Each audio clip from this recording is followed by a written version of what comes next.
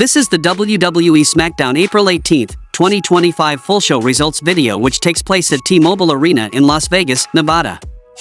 We see LA Knight attacks Tama Tonga in the parking lot and slams his arm in the door of a car. Seth Rollins makes his entrance, gets on the mic, and says CM came back. It wasn't to a WWE ring.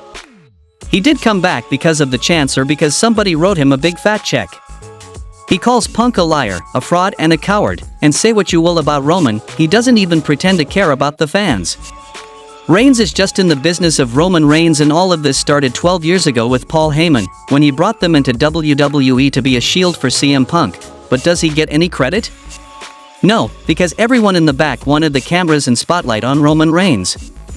It was always about him being the next John Cena, the next cash cow for WWE. Last year, with his knee in shreds, with his father dying of cancer, he expended every effort to be here in this ring, to be a shield for Cody Rhodes and to make sure Roman Reigns lost. Tomorrow is the most important triple threat in WWE history, and Rollins will put his body on the line and sacrifice everything he has to make sure this industry moves forward in the right direction. And that's not a prediction, that's a spoiler. Then we saw Andre the Giant Memorial Battle Royal in memory of Andre the Giant. The result of this match was Carmelo Hayes won the Andre the Giant Memorial Battle Royal in memory of Andre the Giant, last eliminating Andrade El Idolo. The Miz returns to celebrate Carmelo's win with him in the Andre the Giant Memorial Battle Royal in memory of Andre the Giant trophy. Wade Barrett does a sit-down interview with Charlotte, and she says she has a chip on her shoulder and she thinks Tiffany does too. And she doesn't love the way she's conducted herself, but she thinks it's gotten people invested, and what matters the most to her is people tuning in to see her at WrestleMania. Back from the commercial, Rhea Ripley makes her entrance, gets on the mic and says on Sunday she gets what she wants and does what she has to, and Rhea Bloody Ripley is walking out of WrestleMania a three-time WWE Women's World Champion. Then comes Io Sky. Before she can get a word in, Bianca Belair makes her entrance. She asks if they thought they could come out here and drop her name without showing up, but she was definitely showing up because it might be her last night on SmackDown for a while, because she's walking out with that title. Then comes Naomi, and says did her friendship mean so little to Bianca that she won't even answer a text and handle it in private? Bianca says she knows exactly why she's not responding. Bianca claims it's not just about Jade Cargill, and Naomi says she wasn't there for her like she was, and tomorrow she finishes what she started with her. Then comes Jade Cargill and she walks directly to the ring to attack Naomi, and Naomi hides behind Bianca and runs away. Jade jaws at Bianca and accuses her of protecting Naomi, and Rhea gets in front of her and says this isn't about her, and Naomi blindsides Cargill and sets the brawl off. Io Sky stands by with nobody to fight while security and road agents break the other two fights up, then Sky hits an Orihara moonsault to wipe everyone out. Backstage, Rey Fenix is hurting when American Made rolls up. Chad Gable crows about his pal El Grande Americano eliminating Phoenix, and Dragon Lee appears to defend Phoenix and say El Grande Americano's gonna get it at WrestleMania. Rey Mysterio rolls up and notes there's 6 of them here and he wants to do a trios match. The Creed brothers laugh it off and Rey Fenix says it's a good idea. Mysterio says he's gonna go talk to Nick Aldis. The next match happened between Motor City Machine Guns vs Street Profits for the WWE Tag Team Championship, and the match goes to a no contest when DIY makes the interference in the match. In Nick Aldis' office, Chelsea Green and the Secret Herbice complain about the injustice done to her and they serve him papers. Aldis says they're right, injustice occurred, and so he's giving Zelina Vega another title shot and banning the Secret Herbice from ringside. Back from the commercial, Nick Aldis arrives with security to take the title belts off of DIY backstage. They refuse, Motor City Machine Guns and Street Profits arrive, chaos breaks out and Aldis offers them the easy way or the hard way. DIY hand the belts over and says next week the tag titles will be on the line in a TLC match. Randy Orton makes his entrance, gets on the mic and says as of now he doesn't have an opponent for WrestleMania 41 and he and his wife have been on the strip, doing press, feeling the excitement of WrestleMania week. He says he's gonna show up Sunday, boots tied, gear on, just the right amount of baby oil on his skin, locked, loaded, and ready to deliver it for us. Anybody in the locker room wants to test their mettle, he dares them to step up. Anybody on the strip, anybody who owns a pair of wrestling boots, he wants them to step up on Sunday to fall victim to an RKO.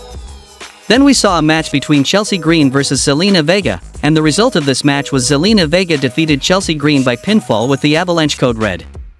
Back from commercial, LA Knight gets on the mic and says if you wanna sneak, he'll sneak, and that's why he took Tama Tonga out in the parking lot, and tonight he's gonna take Solo Sikoa out, so that tomorrow it's just him and Jacob Fatu. Tomorrow night he's gonna eat a BFT just like Solo is going to tonight. Solo's music hits and Knight attacks Sikoa during his entrance, but Solo gets the better of him and we go to break before the match can begin. Then we saw a match between LA Knight versus Solo Sikoa, and the result of this match was LA Knight won the match by disqualification when Jacob Fatu attacked Knight. Post-match, Fatu puts boots to Knight until Braun Strowman makes the save. He takes both of them out with one crossbody. Knight sends Jacob to the floor with a lariat.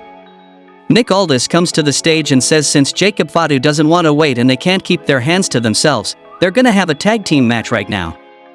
Then we saw a match between Braun Strowman and LA Knight versus Samoan Werewolf, Jacob Fatu and Solo Sikoa, and the result of this match was Braun Strowman and LA Knight won the match by pinfall with a BFT from Knight on Solo Sikoa.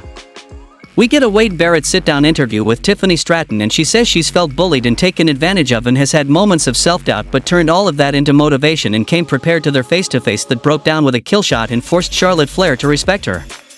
The next match happened between American-made versus Latino World Order and Rey Fenix, and the result of this match was Latino World Order and Rey Fenix won the match by pinfall with an avalanche meteora from Fenix on Julius Creed.